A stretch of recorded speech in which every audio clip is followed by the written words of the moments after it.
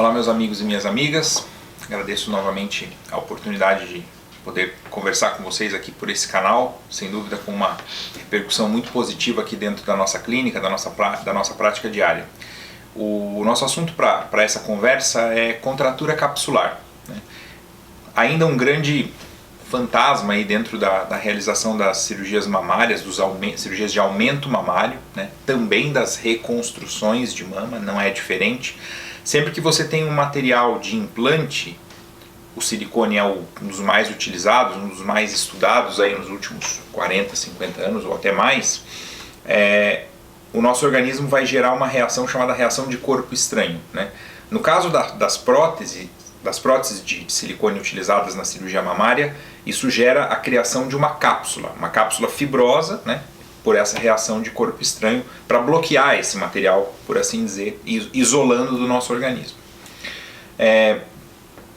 As primeiras próteses, as primeiras gerações de prótese tinham índices de contratura capsular bastante elevados, além dos outros problemas, como rupturas e outras complicações que existiam.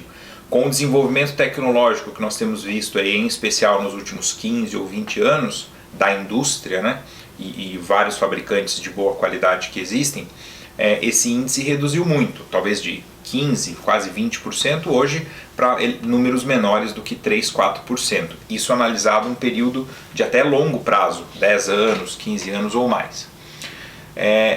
A contratura capsular um dos tópicos mais estudados dentro da cirurgia mamária e, infelizmente, ainda não existem respostas científicas definitivas do porquê que ela acontece e de como, eventualmente, ela possa ser evitada, né? É uma ocorrência, felizmente, não comum, ela é infrequente. Não se sabe exatamente por que ela acontece, né? Um exemplo extremamente simples de se falar isso. A ocorrência mais comum é de um lado só, né? Então, a mesma mulher tem de um lado só, do outro lado não, né? Existem casos bilaterais, mas são um pouco menos comuns, felizmente. Quando ela acontece, ela pode gerar uma deformidade estética progressiva, chegando a problemas funcionais, então uma limitação de movimentos do braço e principalmente dor, nos casos mais avançados. Quando isso acontece, é indicado a troca daquele implante, uma manipulação da cápsula, ou seja, geralmente ela é retirada totalmente ou parcialmente. E aí existem discussões de você trocar o implante, de posição, trocar modelos, formatos, texturas e tudo mais, ainda sem uma resposta definitiva. Uma técnica adequada na colocação desde a primeira cirurgia, sem dúvida nenhuma, reduz a incidência de contraturas capsulares. Próteses, os implantes de boa qualidade, de boa procedência, fabricantes que nos deem garantias, normalmente vitalícias, daquele material também são situações que nos ajudam bastante. Mas talvez a resposta, de um modo um tanto quanto simplificado, é que não é um processo, por não ser um processo totalmente compreendido ainda, infelizmente, apesar de todas as pesquisas, a gente não tem métodos garantidos da sua prevenção ou profilaxia, né? Alguns estudos sugerem que o uso de algumas medicações que têm um efeito antialérgico podem ajudar nisso, mas são indicações para pacientes que já tiveram contraturas chamadas contraturas de repetição, né? Aqui a gente está falando de cirurgia mamária estética, né?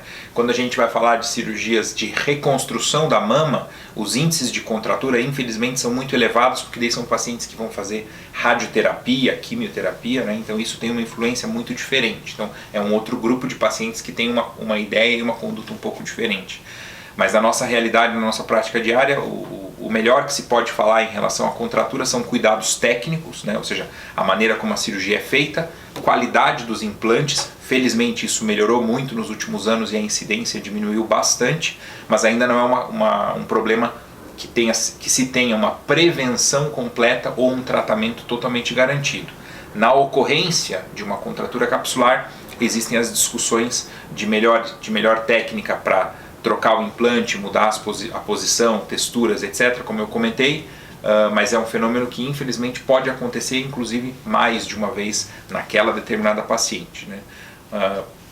O que nós temos observado é que felizmente é uma ocorrência cada vez mais rara e espera-se aí com o desenvolvimento e todas as pesquisas que são feitas que isso venha a ocorrer com cada vez menos frequência até que se tenha tratamentos absolutos e garantidos para prevenção e tratamento disso daí.